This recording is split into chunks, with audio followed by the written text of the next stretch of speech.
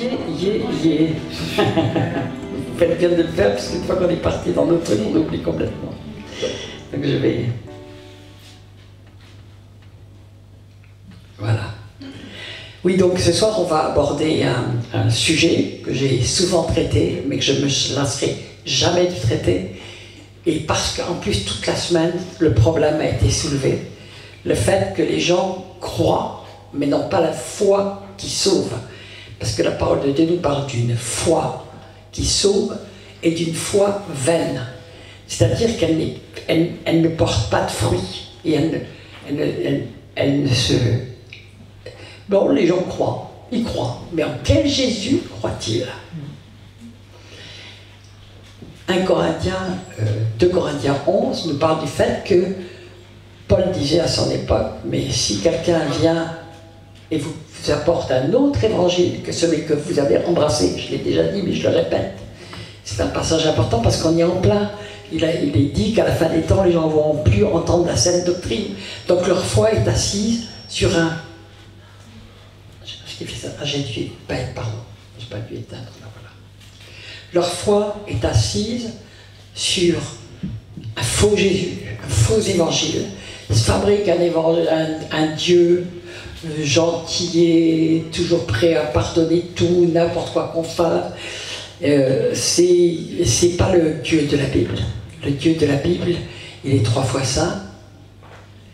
C'est un Dieu qui aime, qui est amour, mais son amour aussi est 3 fois saint. Et notre foi doit être basée sur ce que Dieu a dit et dit de lui-même. Les gens, ils tournent, ils zappent. Je dis, souvent, ils sont daltoniens, ils lisent un verset sur 2, ils mettent de côté tous ceux qui leur plaît pas en disant, ça c'est pas moi, ça c'est pas pour moi, ça. Parce qu'ils veulent se faire leur propre Dieu. Et comme il nous a été annoncé ça pour notre temps, nous devons être extrêmement vigilants, parce que ne pas croire que c'est facile d'échapper à l'apostasie générale qui est partout. Les gens, maintenant, ont une foi assise sur un faux évangile, sur un faux Dieu. Ils se tricotent la parole comme ça leur chante, et ils ne veulent pas connaître le véritable Dieu. Ils ne veulent pas connaître le véritable Jésus, qui est aussi le Tout-Puissant, comme il le dit lui-même. Ils ne veulent pas connaître la profondeur de la parole. Ils ne veulent pas de ça, ils veulent un vernis chrétien qui ne les dérange pas dans leur vaine manière de vivre. Alors ils n'ont que des apparences chrétiennes, mais ils ne vivent pas en profondeur selon la parole. Et donc ce soir, je vais vous partager, parce que le jour où le Seigneur m'a interpellé sur le sujet, c'est quelque chose que je raconte souvent, tant pis pour ceux qui l'ont déjà entendu, parce que ça a été un des plus grands chocs dans mon ministère. C'est arrivé il y a 14 ans maintenant, même pas, 13, oui, enfin peu importe. C'est dans ces eaux-là, et j'ai fait un séminaire à Annecy. Il y avait une assemblée à peu près comme ça, il devait y avoir à peu près 80 personnes, on n'était pas très très nombreux, mais tout d'un coup, pendant la louange, le Seigneur m'ouvre les yeux spirituels, et je vois des rangées de cadavres. Pourtant, j'avais dans la salle des gens qui se disaient tous chrétiens. Certains se disaient convertis depuis 20 ans, 30 ans, 40 ans. Et le Seigneur me montre des rangées de cadavres. Et il y avait 3 ou 4 vivants au milieu. Et j'ai été tellement sonné, mais tellement sonné, que je dis, Seigneur, c'est impossible, j'étais incrédule. Je dis, Seigneur, j'ai dû me tromper, c'est pas possible. Et puis je savais que c'était vrai. Et puis quand j'ai annoncé cette parole, personne ne se sentait concerné. Il n'y en avait qu'une personne qui s'est sentie concernée. Et je me suis souvenu de ce qui est écrit en Apocalypse, tu passes pour être vivant, mais tu es mort à mes yeux. Waouh! Et ça a bouleversé mon ministère. J'ai dit, les gens se croient convertis, se croient sauvés, et ils ne connaissent pas le vrai Dieu, ils ne connaissent pas le véritable, comme on appelle Jésus à plusieurs reprises, le véritable, ils ne le connaissent pas. Et donc, ils vont avoir une terrible surprise en pensant être sauvés, ils vont se retrouver à la porte, et Jésus l'a dit plusieurs fois. Il y en a plusieurs qui me diront ce jour-là, mais Seigneur, Seigneur, bon, il y a Matthieu 7 qui est particulièrement dur, mais il y a d'autres passages. Vous pleurerez, vous grincez les dents quand vous verrez Abraham, etc., à l'aide dedans, et que vous serez laissés dehors. Il y aura des pleurs et des grincements de dents. Et puisque la parole nous dit qu'avant l'arrivée de Jésus, avant l'arrivée de l'Antéchrist, l'apostasie, il faut que l'apostasie arrive auparavant. Pourquoi il faut? Parce que Dieu est en train de faire son tri entre l'écart entre ceux qui marchent vraiment dans la vérité, qui ont faim et soif de la vérité, qui ont faim et soif d'obéir à Dieu, et ceux qui veulent je dirais un évangile cool, tranquille, qui ne dérange pas les tas de trucs, mais qui est bon à entendre, qui est agréable, etc., eh bien, il se répand d'une vitesse accroissante. Mais c'est un vrai tourbillon maintenant, les églises tombent de plus en plus dedans, parce que elles n'ont pas été vigilantes, les assemblées, et dans les assemblées, c'est les chrétiens individuellement aussi, ils n'ont pas été vigilants, c'est-à-dire qu'ils n'ont pas fait comme les gens opéraient, de regarder si tout ce qu'on leur disait était conforme à ce que la Bible disait. Au lieu de ça, ils ne lisent pas la Bible et ils croient ce que des hommes disent. Maintenant, il faut toujours vérifier dans la Bible. Il y a quelque chose qu'on vous dit qui vous chiffonne un peu, hop, Seigneur, montre-moi dans la Bible si ce qu'on m'a dit est vrai. Et croyez-moi que le Seigneur répond, parce qu'il veille sur sa parole. Amen. Donc il répondra toujours. Et là, vraiment, j'ai été... Alors, d'autant que le Seigneur m'a remontré ça à 2 autres reprises, dans d'autres assemblées, très peu de temps après, je vais être pareil, tout d'un coup, paf, le Seigneur m'a ouvert les yeux, et j'ai recommencé à avoir des rangées de cadavres, des rangées de cadavres, des rangées de cadavres. C'est quand même un drôle de spectacle là, quand vous êtes dans... Et puis, quelques vivants au milieu seulement. Et je disais, mais Seigneur, mais c'est terrifiant. Et à partir de là, le Seigneur m'a demandé de prêcher pour dire ce qu'étaient les signes de la foi qui authentifient une véritable foi. Moi-même, j'ai été profondément reprise en préparant pour la première fois ce message. Excusez-moi, mais j'ai... non, ça n'a rien à voir avec l'eau. Simplement, mes cordes vocales commencent à être un peu fatiguées avec la semaine. On a quand même crié contre quelques démons aussi. J'ai pas beaucoup crié, mais quand même ça suffit. Alors, je rappelle ce qui a été dit en Matthieu 18:8, mais quand le Fils de l'homme viendra, trouvera-t-il la foi sur terre? Et donc, Paul nous parle que l'apostasie va arriver, la grande apostasie qui touche tout, partout, partout, partout. Et quand je vois simplement dans mes 27 ans de ministère le nombre de serviteurs de Dieu et d'assemblées que j'ai vu s'écrouler dans l'apostasie, dans tous les faux évangiles, j'ai dit, Seigneur, pourquoi? Il y avait des failles. Il y avait des failles. Et la première des failles était l'absence de crainte de Dieu. J'ai dit que c'était un des grands signes de l'apostasie. Absence de crainte de Dieu dans les églises. Absence de respect profond de Dieu. Légèreté. Légèreté. Et c'est, par exemple, pour des juifs messianiques, ils ont tel respect, en général le peuple juif, tel respect de Dieu, en tout cas pour ceux qui veulent. Quand on voit leur respect, le saint respect qu'ils ont de Dieu, et puis nous, la légèreté avec laquelle on croit pouvoir faire n'importe quoi au nom de Jésus, eh bien, c'est exactement le contraire que ça démontre. Ça prouve qu'on ne connaît pas le vrai Dieu, qu'on ne connaît pas le véritable Jésus, qui sont gars, bien entendu. Alors, on va parler des signes de la foi. Dieu nous a donné beaucoup de signes de la foi. Moi, quand j'ai commencé à les recenser et à les mettre, on va les lire, j'ai vraiment eu un choc. J'ai un choc. Et le soir où j'ai donné pour la première fois ce message, j'étais dans une église en Alsace. Il y avait 7 pasteurs, mais je ne le savais pas. Il n'y en avait que 2 que je connaissais. Et le pasteur qui m'invitait m'a dit après, Michel, j'ai un pasteur de l'église protestante qui est arrivé. Il était pourtant au bord de la retraite et qui a dit, je viens de comprendre que je n'avais jamais été converti.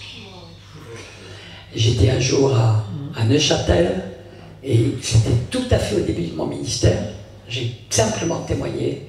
Le lendemain, un pasteur est venu me voir, il était dans les larmes. Il m'a dit, j'ai pris ma retraite, j'ai fait 40 ans de ministère, je viens de comprendre que je n'avais jamais été converti.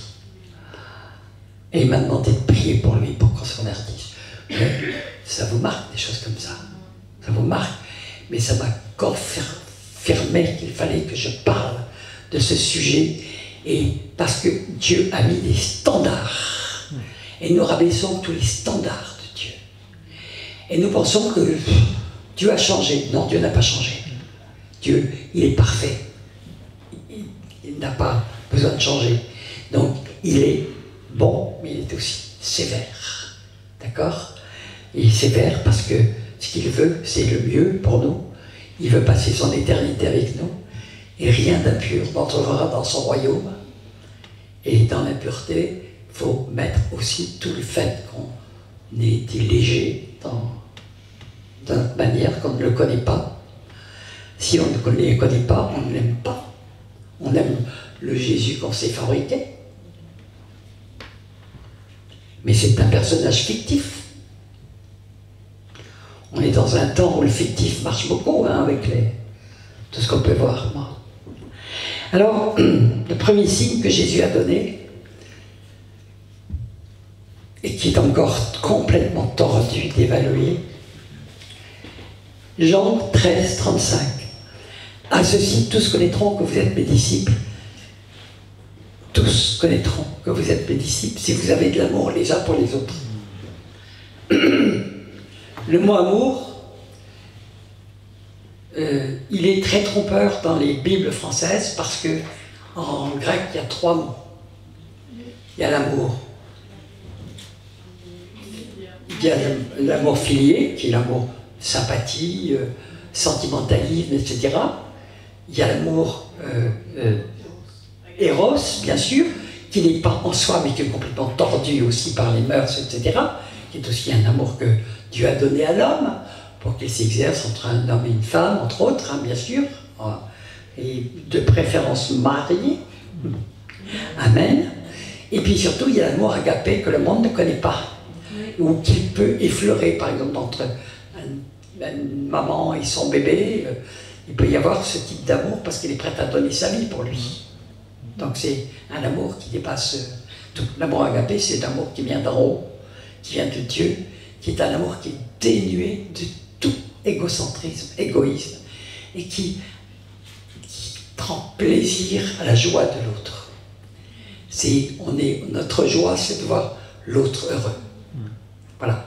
Donc c'est un amour qui est en train de disparaître de la terre, puisque Jésus lui-même a dit, en Matthieu 24, mais que l'amour, parce que l'iniquité aura augmenté, la charité, l'agapé, si vous voulez, c'est-à-dire l'amour qui donne, qui se donne et qui donne, Dieu est d'amour agapé, hein, pas autre chose, et eh bien, il disparaîtra. Donc nous sommes dans un temps où nous mettons à la place de l'amour divin, on met un amour humain, un succédané, qui va s'appeler humanisme, compréhension, complicité, etc., mais qui n'est pas du tout un amour qui vient de Dieu.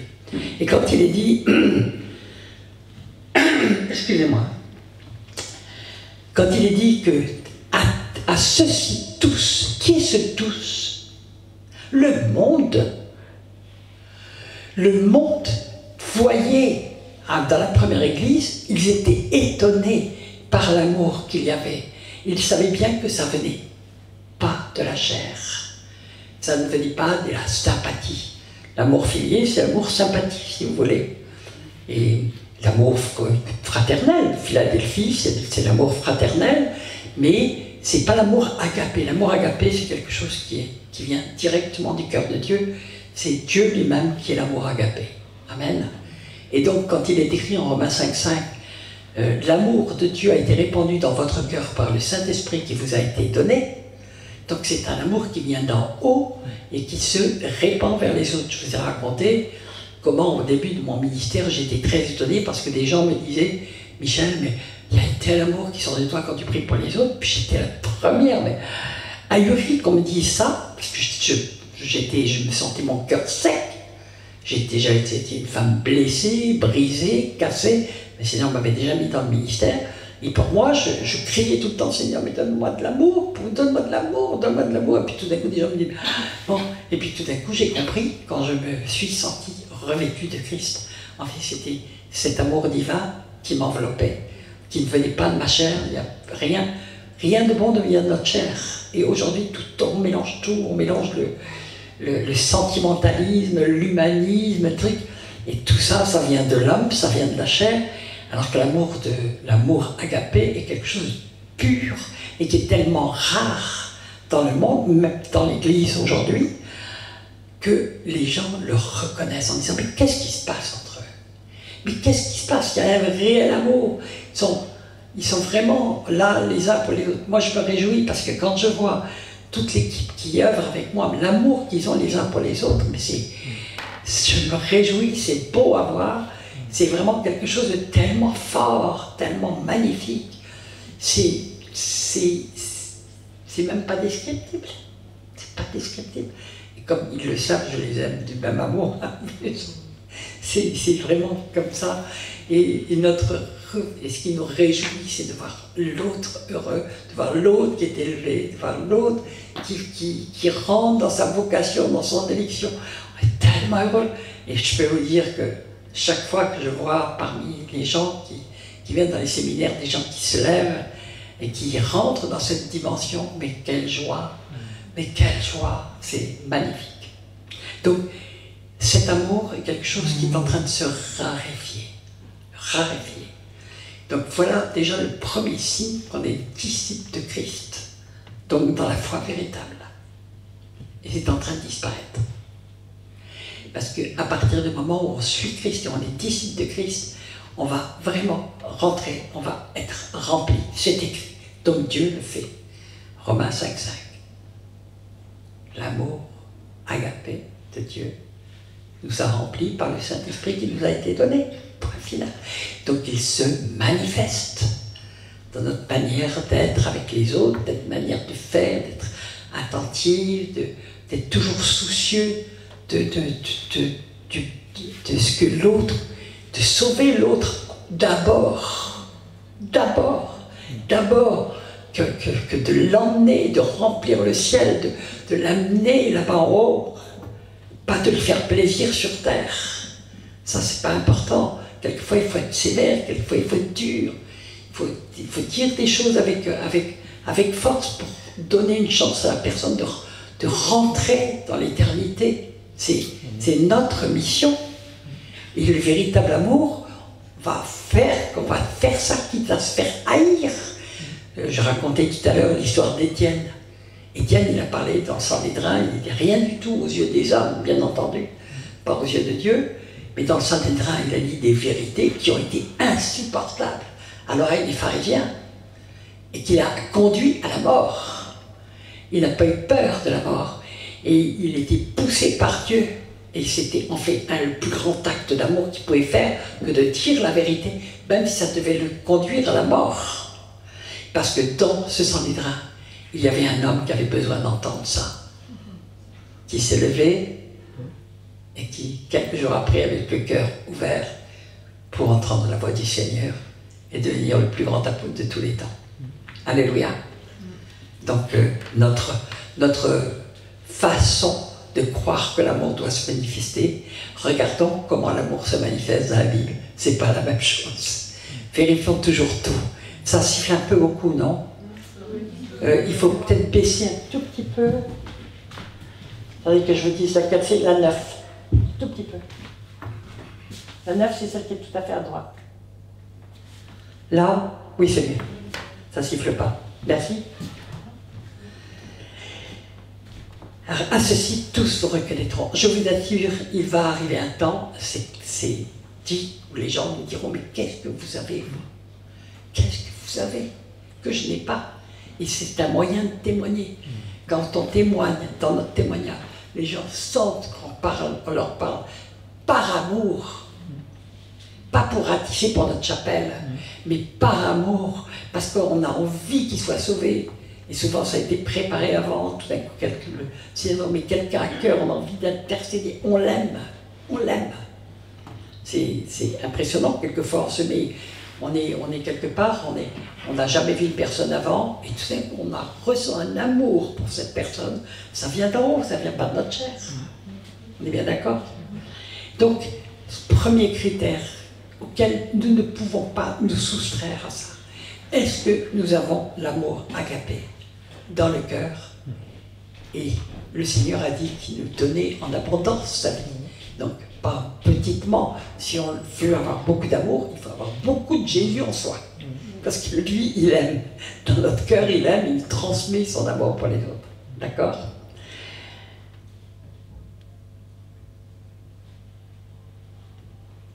On aime aussi, c'est un des signes, Jacques en a parlé, mais c'est aussi un des signes, c'est l'obéissance. Jésus a dit, Jean 14, 15, si vous m'aimez, vous dites que vous m'aimez. Si vous m'aimez, gardez mes commandements. Pourquoi? Parce que ces commandements, il nous les a donnés par amour, pour qu'on soit béni, pour qu'on soit transformé. Donc si on l'aime, est-ce qu'on aime quelqu'un qu'on ne connaît pas? Non, on n'aime pas. On a entendu parler de lui, point final. Rappelons-nous Job, mon oreille avait entendu parler de toi, maintenant mon œil t'a vu. Ok? Donc on n'aime pas quelqu'un qu'on ne connaît pas. Alors beaucoup de chrétiens aiment Jésus pour ce qu'il peut leur donner. Mais ils n'aiment pas lui. Ils s'aiment eux-mêmes. Ils font de Jésus un pourvoyeur de cadeaux. C'est pas aimer quelqu'un, ça. Aujourd'hui, on voit beaucoup de couples qui se dissoudent, mais qui se disloquent, mais parce que l'amour a disparu, parce que chacun veut quelque chose de l'autre, au lieu de vouloir donner quelque chose à l'autre, et vouloir apporter à l'autre. Alors évidemment, les couples ne tiennent pas, comment voulez-vous? Chacun tire de son côté, et c'est l'égocentrisme. Le contraire de l'amour, c'est pas la haine. Le contraire de l'amour, c'est l'égocentrisme. L'amour, la haine est souvent très proche de l'amour, parce que dans la haine, il y a le respect. Dans l'égocentrisme, il y a le je m'en foutisme de l'autre. D'accord? Ok. Deutéronome 11:13, si vous obéissez à mes commandements que je vous prescris aujourd'hui, si vous aimez l'Éternel, votre Dieu, et si vous le servez de tout votre cœur et de toute votre âme. Et après, il va dire, et voilà les bénédictions qui vont arriver. Amen. Alors donc je vais parler de l'humanisme, c'est une espèce de substitut de l'amour, et on croit que l'amour humain, on met l'amour humain presque au-dessus de l'amour divin. Et on croit que, alors, l'indulgence, la complicité, la complaisance, je vais prendre le mot complaisance parce qu'il sera plus juste, on est complaisant avec les autres parce que ça nous évite de nous remettre nous-mêmes en cause. Et qu'on se compare toujours aux autres au lieu de se comparer à Christ. Le jour où on arrête de se comparer aux autres en disant « Oh ben comme les pharisiens de l'Apocalypse 18, heureusement que je ne suis pas comme cet homme qui est. » Et ben moi je fais tous mes champagnes, je donne ma dîme, je fais ceci, je fais cela. Et puis il ne voit pas qu'en réalité son cœur est mauvais, méchant, etc. Et bon, alors,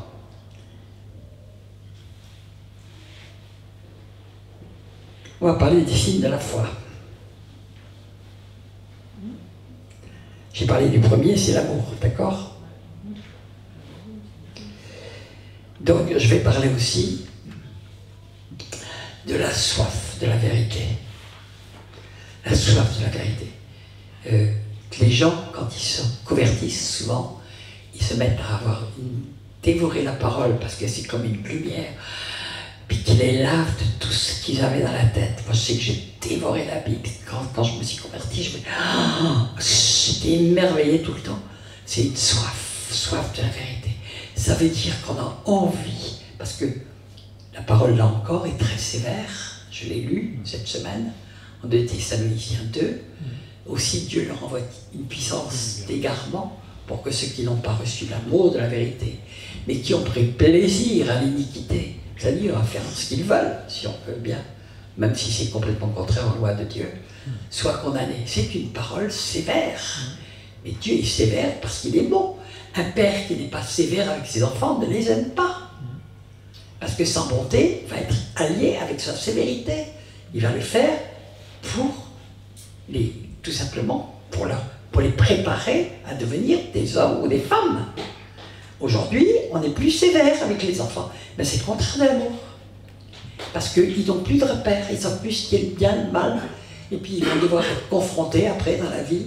On entend des choses tellement horribles aujourd'hui. On dit comment ça peut arriver, ça n'arrivait pas il y a 10 ans, ou il y a 15 ans, ou il y a 20 ans, ou il y a 30 ans, n'en parlons même pas.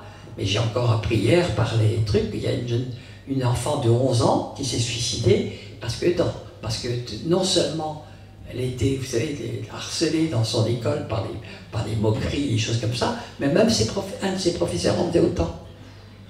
Elle est rentrée chez elle, elle s'est pendue. Mais vous entendez des choses comme ça que vous n'entendiez pas avant, et bien ça fait partie du fait que tout est disloqué et que les parents croient être des bons parents en laissant tout passer à leurs enfants. Alors que c'est le contraire. Si vous aimez vos enfants, ce que vous voulez, c'est en faire des gens qui vont avoir une ossature solide. Amen. Donc ça vous fait mieux comprendre ce qu'est. Alors, qu'est-ce que nous dit 2 Timothée 4, 3 ? Car il viendra un temps, donc c'est notre temps, où les hommes ne supporteront plus la saine doctrine. Mais ayant la démangeaison, waouh, au lieu de courir après la vérité, ayant la démangeaison d'entendre des choses agréables, ils se donneront une foule de docteurs selon leurs propres désirs, détourneront l'oreille de la vérité et se tourneront vers les fables. Vous savez, c'est terrible de voir actuellement les grands rassemblements chrétiens. Il y en a partout, des grands rassemblements. Les gens courent, et ils entendent un évangile, c'est pas l'évangile de Christ, hein, je peux vous dire. Il y a dedans quelques petites phrases, quelques versets par-ci par-là pour faire croire que ça en est, mais ça n'en est pas. Parce que l'esprit qui est derrière, c'est l'esprit de l'erreur et c'est l'esprit de l'antéchrist. Et en fait, on sert aux gens ce qu'ils ont envie d'entendre pour les conforter, les rassurer et surtout bien remplir les corbeilles. C'est triste à dire, c'est peut-être brutal, mais c'est la vérité. J'en connais quelques-uns hein, qui ont chuté, et leur ruine, elle est arrivée derrière, et on a eu beau les avertir, ils n'ont pas voulu entendre, ils aimaient un petit peu trop l'argent. Et puis aussi, il n'y a pas que l'argent, le succès d'estrade. Oh, c'est beau d'avoir des foules devant soi, c'est impressionnant. Moi, j'ai eu des grandes foules devant moi. Une fois à Kinshasa, ça a été mon record, 250 000 personnes. Et Dieu qui a fait des miracles extraordinaires. Heureusement que ceux qui m'avaient invité m'avaient dit « Michel, surtout pas de ministère derrière. » Je ne l'ai pas fait, c'est Dieu qui a fait. J'avais à peine fini de parler, les gens commençaient à courir de tous les côtés. Et je m'amusais parce que, premier rang, il y avait beaucoup de gens que je connaissais parce que j'y étais allé souvent. Et je reconnaissais des gens devant les premiers qui étaient arrivés à toute vitesse. Il y avait un général, il y avait un ministre. Comme ça devant. Mais après, on m'a dit, mais Michel, dans toute la salle, les gens tombaient au sol, etc. Je ne le voyais pas, il y avait trop de monde. Je voyais juste ceux qui étaient devant moi. Et on le voit d'ailleurs parce que c'est dans une vidéo que j'ai mis sur YouTube. Mais c'était... Bon, et peu importe que je sois devant 250 000 personnes ou devant 60 000 personnes ou 60 personnes ou 20 personnes, peu importe. Je dois être là où le Seigneur, et le Seigneur maintenant, il veut aussi nous envoyer vers son faible reste qui a faim et soif de la vérité. Et je me réjouis de voir que vous êtes venus pour entendre des choses que vous n'entendrez nulle part ailleurs, tout simplement parce qu'elles sont d'un très haut niveau. Quand on entendait Jacques Collin, quand on entendait Daniel Stier, ben, je veux dire, ils sont rejetés, hein, des églises. C'est insupportable la vérité, c'est devenu insupportable la vérité. Ils ne voudront plus entendre, ils ne supporteront pas, ils ne la supporteront pas. Elle les rend dingue de rage. Bon, amen. Alors je rappelle ce qu'est la définition de la foi. On en a parlé cette semaine, Jacques en a parlé, je le rappelle. Or la foi est une ferme assurance des choses qu'on espère, une démonstration de celles qu'on ne voit pas. Pourquoi? J'ai mis longtemps à comprendre ce que ça veut dire. C'est parce qu'on croit ce que Dieu a dit et on agit en conséquence.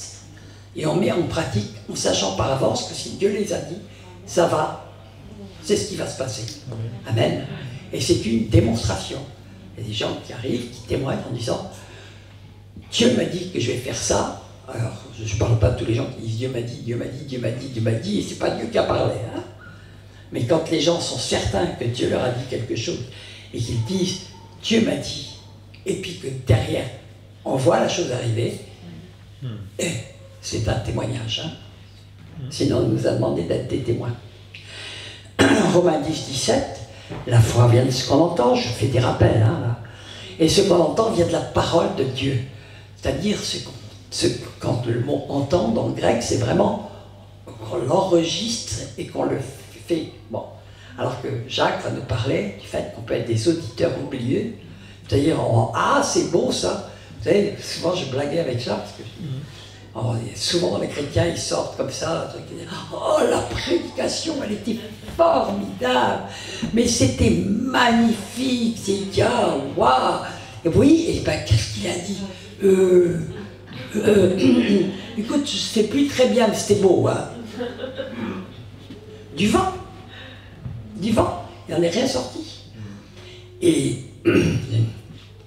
Jacques nous rappelle qu'on peut avoir une foi vaine parce qu'on dit qu'on croit, mais on ne le met pas en pratique. C'est mépriser ce que Dieu dit. On ne le met pas en pratique parce qu'on ne croit pas, en réalité. Si on croyait... Bon, je vais prendre un exemple très simple, parce que je pense quand même que tout le monde n'a pas tout à fait compris. Je suis en train de me moquer gentiment de vous, mais c'est pas vrai. Si on vous dit, là, à 150 mètres derrière la pierre, il y a un sac avec un lingot d'or. Si vous achetez foi, qu'est-ce que vous faites? Vous levez, vous y allez à toute vitesse. Si vous croyez. Mais si vous dites bof, ben vous n'y allez pas. Mais c'est pareil avec la parole de Dieu. C'est pareil avec les prédications. Vous pouvez entendre, vous savez que ça vient de Dieu. Ben si vous ne le mettez pas en pratique, ça veut dire que vous n'y avez pas cru. Et en fait, il y avait des trésors derrière, qui étaient des bénédictions qui étaient dans le ciel, et vous passez à côté de vos lingots, pas d'or, ou de l'or céleste, qui est tout à fait autre chose. C'est pas de l'or terrestre. C'est des trésors qu'on accumule dans le ciel, c'est tout à fait autre chose. Je ne sais pas sous quelle forme ils seront, mais à mon avis, ça ressemblera beaucoup plus à de l'amour qu'à des lingots d'or. Car vous êtes sauvés par la grâce, par le moyen de la foi. Cela ne vient pas de tout. Vous, c'est le don de Dieu. Nous devons le vouloir.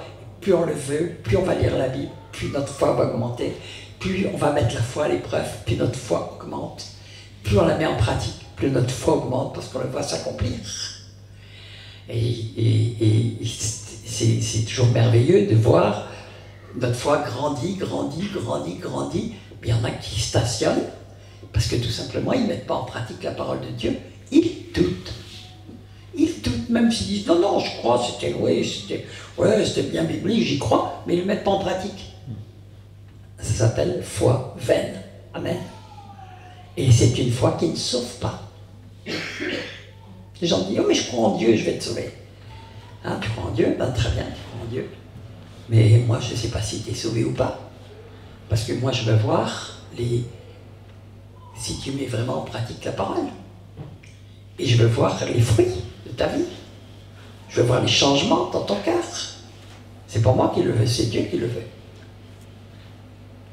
Mais c'est ce qui authentifie la foi. 1 Pierre 1,7.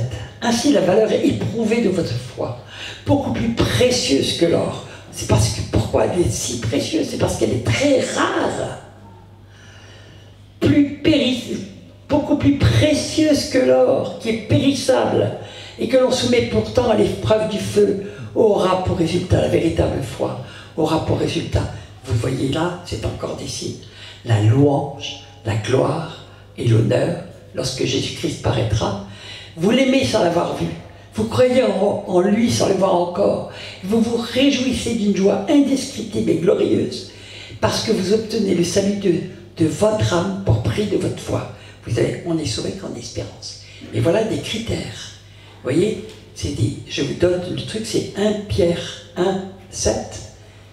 Voilà, on se met devant, on dit, Seigneur, est-ce que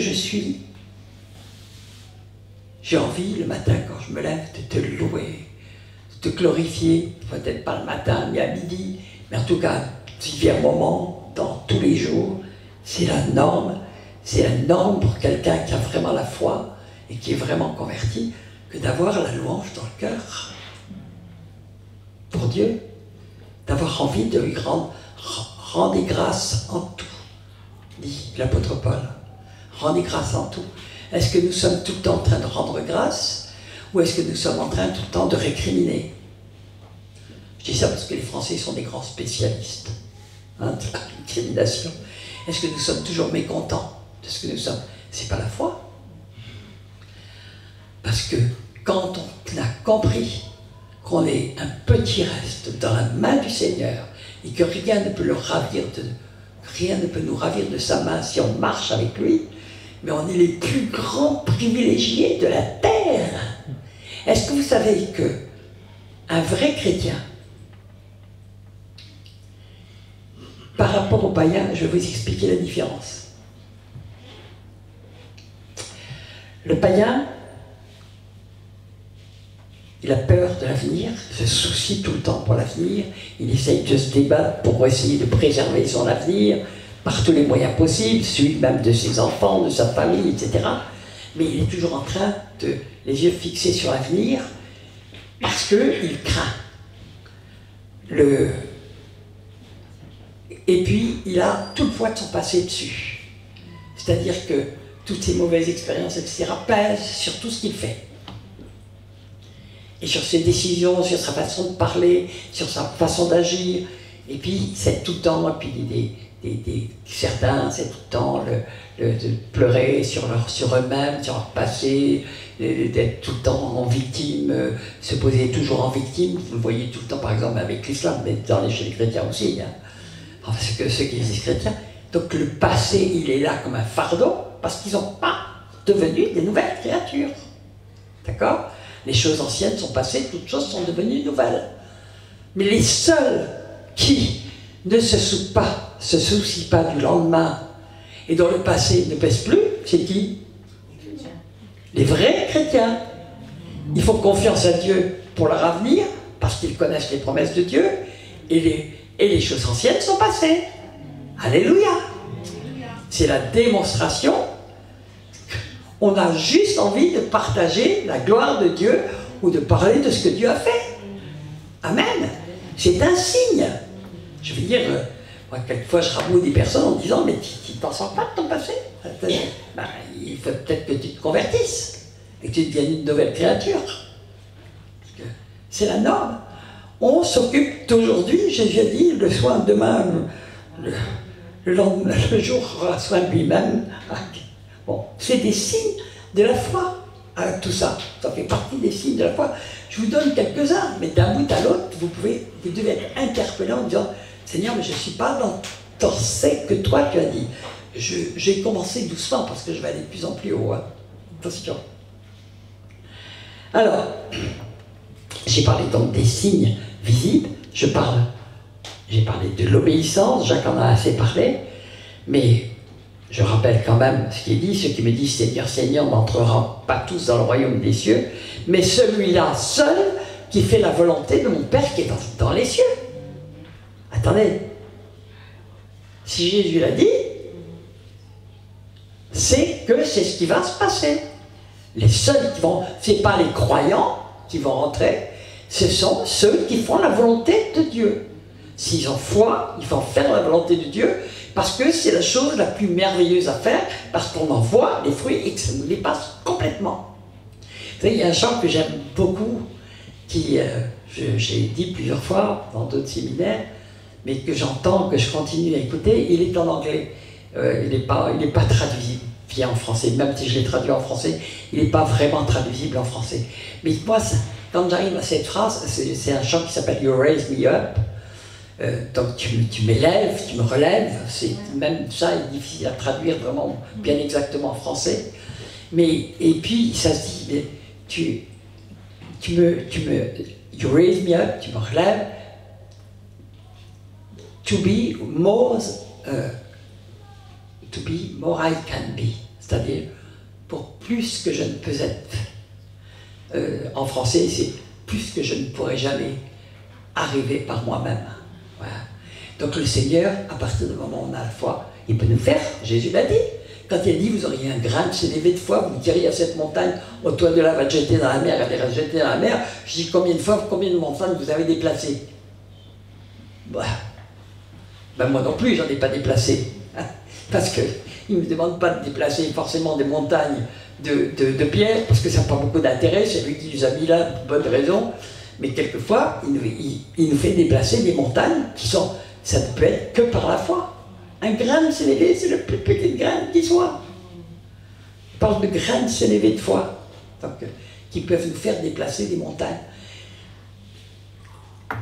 C'est impressionnant. Quand on marche avec le Seigneur et quand on met sa foi en pratique, la parole en pratique, et qu'on met sa foi en action, en sachant que c'est ce que Dieu veut pour nous, on souvent dit, mais Seigneur, ce que tu me demandes, c'est de la folie. Ça correspond à rien. Et je peux vous assurer que je pourrais raconter des choses que Dieu m'a demandé de faire et qu'il m'était impossible de faire, même physiquement, impossible.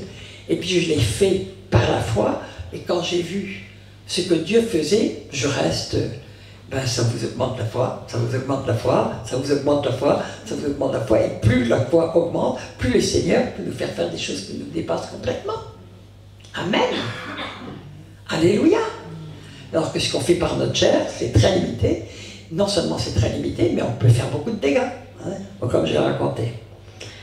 Alors, je lis Luc 8, 19 parce que ça paraît des paroles très dures, si on y réfléchit bien. La mère et les frères de Jésus vinrent le trouver, mais ils ne pouvaient l'approcher à cause de la foule. Bah oui, Jésus est entouré de beaucoup de monde. On lui dit, ta mère et tes frères sont dehors et ils désirent te voir. Yeah. Si vous êtes un être normalement constitué, vous allez fendre la foule et dire, venez, mon frère, ma maman, venez, asseyez-vous au premier rang. Mais Jésus va dire une parole qui est très dure. Bon, lui, il sait qu'un jour ils viendront tous à Lyon, ils étaient tous dans la chambre haute, dans la Pentecôte. Mais il voulait répondre, il dit, ma mère et mes frères, ce sont ceux qui écoutent la parole de Dieu et qui la mettent en pratique. D'accord? Donc, si nous voulons être de sa famille, eh bien, il faut mettre en pratique sa parole parce qu'il est la vérité. Il est le chemin. Il est la vie. Amen. Et ce ne sont pas de nouvelles lois, c'était déjà aussi dans l'Ancien Testament. Alors,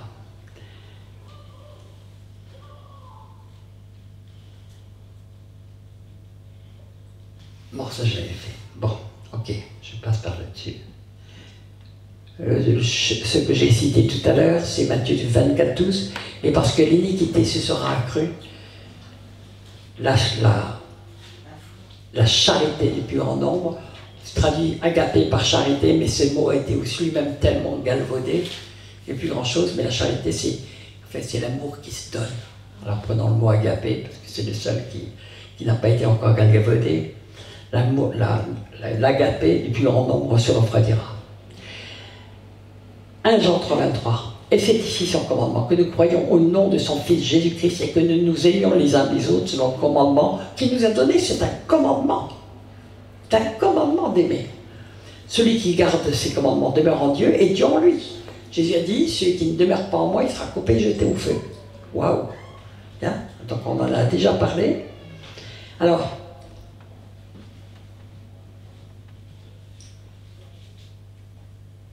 Je vais citer quelques textes pour ceux qui les notent, parce que c'est important. Jacques 26. Comme le corps sans âme est mort, de même la foi sans les œuvres est morte. Les œuvres de la foi sont les œuvres qui sont préparées d'avance par Dieu. Ce n'est pas nos bonnes œuvres de chair. Jacques 2, 20.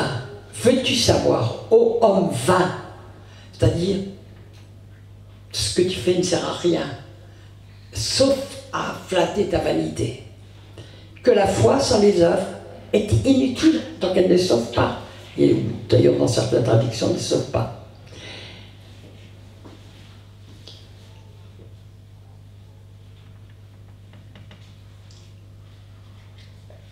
On va lire Matthieu 7, parce qu'il y a une remarque que je vais faire là-dessus, qui est importante. Plusieurs me diront en ce jour-là, Seigneur, Seigneur, n'avons-nous pas prophétisé par ton nom? N'avons-nous pas chassé des démons par ton nom? Alors, c'est pas, vous voyez, c'est pas un critère que les gens sont saints, c'est leur comportement, leur conduite, leur pensée, leurs paroles. Et n'avons-nous pas fait beaucoup de miracles par ton nom? Alors, je leur dirai ouvertement. Ça veut dire que ce sera au temps du jugement, je leur dirai ouvertement, je ne vous ai jamais connu. Vous parlez, vous vous rendez compte de cette parole? Et c'est dit plusieurs fois. Je ne vous connais pas, je ne vous ai jamais connu. Ça veut dire, ils nous connaissent tous, mais ça veut dire qu'ils ne faisaient comme s'ils ne nous connaissaient pas, et ça veut dire qu'on n'a jamais été convertis. On peut faire des tas de choses, mais c'est vain. Parce que ce n'est pas Dieu qui nous les a commandés, et qu'on le fait souvent par des œuvres de vanité.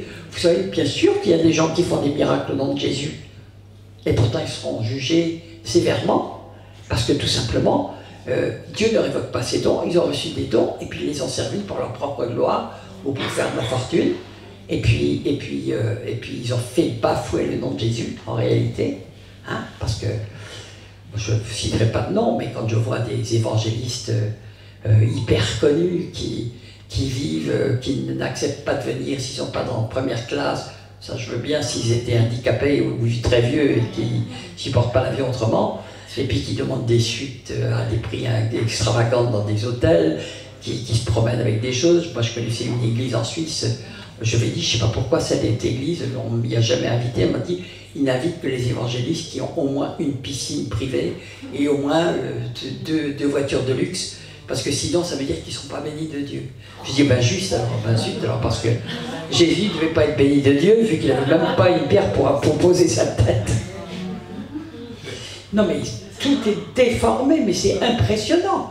On y a une confusion aujourd'hui. Vous savez que la grande Babylone, Babel, ça veut dire confusion. Donc c'est la confusion spirituelle la plus totale. Donc la seule chose qui peut nous garder de ça, c'est d'être proche. Alors, ce que je voulais vous dire, c'est quand Jésus dit « Je ne vous ai jamais connu », c'est terrible. La chose la plus importante sur terre, c'est certes de connaître Jésus, mais c'est que lui nous connaisse aussi. Ça veut dire qu'il nous connaît par notre nom. Rappelons-nous Jean 10, « Mes brebis me connaissent, je les appelle par leur nom ». Lui aussi nous connaît. Qui n'a jamais entendu le Seigneur l'appeler par son nom? Moi, ça m'est arrivé plusieurs fois. Michel. Il ne nous connaît pas maintenant. Michel. Un jour, j'étais en Belgique et il y a bon, je ne sais plus combien, ça fait un bon paquet d'années de ça. Et j'étais pas encore malade et j'avais pas encore eu toutes les souffrances que je devais passer après. Mais j'avais tellement envie d'être près de lui. Et je me souviens, il y a eu un temps d'adoration. J'étais vraiment au sol. Mais vraiment, j'étais là. Je disais, Seigneur, j'ai tellement envie d'être avec toi. J'ai tellement envie d'être avec toi. J'ai tellement envie d'aller monter, de venir avec toi. J'étais vraiment dans un temps comme ça. Et puis, j'entends la voix du Seigneur. Michel, vous savez, comme Samuel. Samuel, qui me parle. Michel. Michel. Et puis, bon, Seigneur, oui, j'ai encore besoin de toi ici. J'ai tellement envie d'être en haut. Et ça fait 15 ans que j'ai pas arrêté de lui demander d'être en haut. Jusqu'au moment où, l'année dernière, j'ai refait alliance avec lui. Suite d'ailleurs, parce qu'un ami prophète qui s'appelle Pierre Daniel Martin m'a dit, me raconte, il me dit, écoute Michel, j'avais tellement envie d'être avec le Seigneur, je lui demandais tout le temps de m'enlever. Et puis j'étais amené à faire une alliance pour dire, d'accord Seigneur, j'accomplirai ma mission jusqu'au bout ici, même si ça m'est dur, même si j'ai tellement envie d'être en haut, même si ce monde devient insupportable, invivable, exécrable.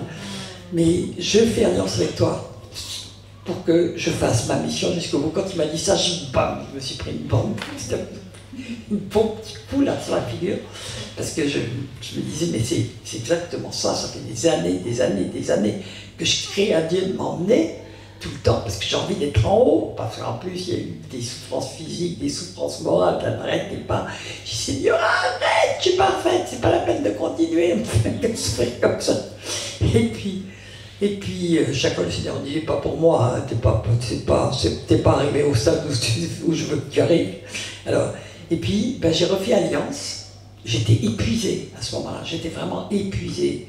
J'étais quasiment dans le burn-out, j'étais épuisé physiquement, moralement. J'ai refait alliance avec lui, je lui ai dit, Jésus, d'accord, j'irai jusqu'au bout.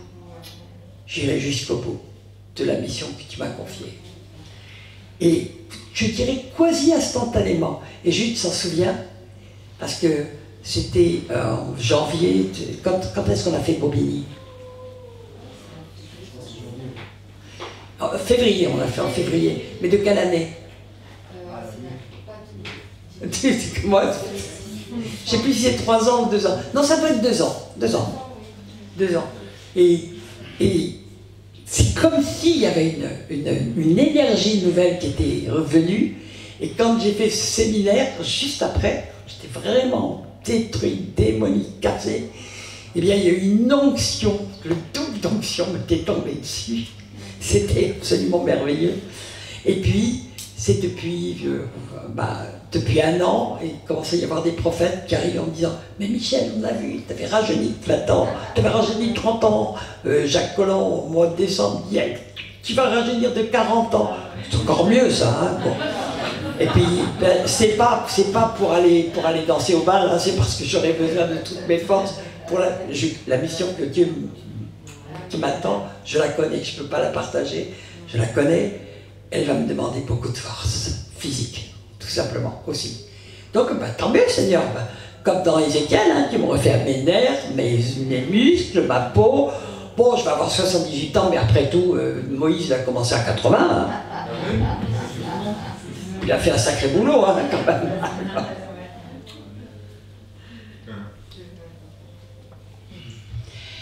Alors, le 3e signe, j'insiste toujours, si vous n'avez pas la crainte de Dieu dans le cœur, c'est que vous ne connaissez pas Dieu. Quand j'avais déjà pratiquement, j'étais depuis 5 ans à peu près dans le ministère, et un jour, je me suis dit, puis j'avais été dans une très bonne église, pourtant j'étais né dans une très bonne église, qui à l'époque était très connue, qui était le Point du Jour à l'époque, parce que c'est plus pareil aujourd'hui, mais à l'époque c'était une très très bonne église. J'étais né dans cette église, mais dès que j'ai commencé dans le ministère, je disais, mais Seigneur, mais j'ai pas la crainte de Dieu, parce qu'il n'y avait pas la crainte de Dieu. Partout où j'allais, il n'y avait pas la crainte de Dieu. Donc, il n'y avait pas de prédication qui me donnait une sainte crainte de Dieu. Et j'ai supplié Dieu. J'ai dit, Seigneur, je veux recevoir la crainte de Dieu dans mon cœur, parce que sinon c'est que je ne te connais pas. Et le Seigneur m'a mis dans les mains, je porte un livre dont je vous ai parlé d'ailleurs cette semaine, L'Holocauste où était Dieu, qui m'a bouleversé, il me l'a donné à l'état de manuscrit, ça m'a bouleversé, j'ai lu plusieurs fois. Et puis je dis, mais... Et puis en même temps, il m'a envoyé dans une assemblée où il y avait une sainte crainte de Dieu. Et vraiment, j'ai compris que dans nos églises, on dissociait, sans le dire, sans jamais le dire vraiment, mais c'est toujours comme si on dissociait le Dieu de l'Ancien Testament et le Dieu du Nouveau Testament. Et donc on a un autre Dieu, parce que le seul Dieu qui existe, c'est le Dieu de l'Ancien et du Nouveau, c'est le même. D'accord? Donc là, vraiment, ça a été un choc et je me suis mis à relire l'Ancien Testament avec un regard neuf, en comprenant que Dieu n'avait pas changé.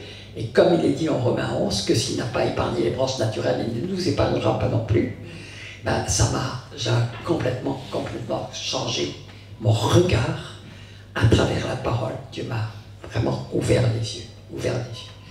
Et je dis, voilà un signe que vous êtes dans la foi véritable ou pas. Si vous n'avez pas la crainte de Dieu, suppliez Dieu de vous ouvrir l'intelligence pour le connaître. Et parce que plus vous le connaîtrez, plus vous aurez d'amour pour lui, mais en même temps, plus vous aurez une sainte crainte de Dieu. Amen. Alléluia. Donc c'est un signe vraiment important. Et je veux lire Hébreux 12, 25. Prenez garde de ne pas mépriser celui qui vous parle, car si ceux qui méprisaient, celui qui les avertissait sur la terre de la part de Dieu n'échappèrent point, nous échapperons encore moins. Donc nous sommes dans le Nouveau Testament, pas dans l'Ancien, d'accord? Nous échapperons encore moins, nous qui nous détournons de celui qui parle des cieux. Ah, on ne veut pas entendre. Vous avez vu tout à l'heure, Paul dit, ils ne voudront plus entendre la saine doctrine. Nous nous détournons de celui qui parle des cieux, dont la voix ébranla alors la terre, et qui maintenant a fait cette promesse en disant, encore une fois, j'ébranlerai non seulement la terre, mais aussi le ciel. Nous savons que des choses terribles vont se passer sur le plan climatique. Arrêtez de croire que c'est les petits trucs là, c'est une nouvelle religion qui sont en train de faire pour vous piquer plein de sous, hein, et puis forcer à changer tous vos trucs là. Mais enfin, c'est autre chose, ça c'est de la politique. On ne va pas mélanger la politique avec ça. Or, ces mots, encore une fois, marquent l'abolition des choses muables en tant que faites pour que les immuables subsistent. C'est des mystères qui nous sont dits. Mais Dieu va faire des choses énormes. Bon, là, la traduction que j'ai, c'est à Second 21, parce que c'est la seule que j'ai pu télécharger là-dessus. Mais vous pourrez prendre dans le second, vous relisez-les. Vous aurez d'autres mots et ça vous parlera quelquefois en changeant de Bible. Dieu nous parle plus facilement par l'une, par l'autre, c'est pas mal. Maintenant on a Internet, on peut avoir plein de traductions différentes, alors profitez-en parce que ça ne durera pas. Hein.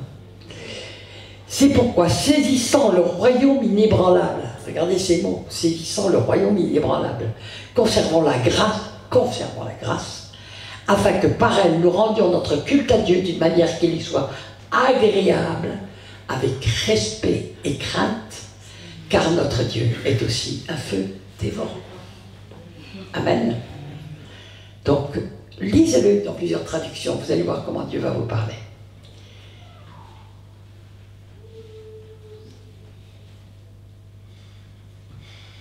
Pierre te quinte.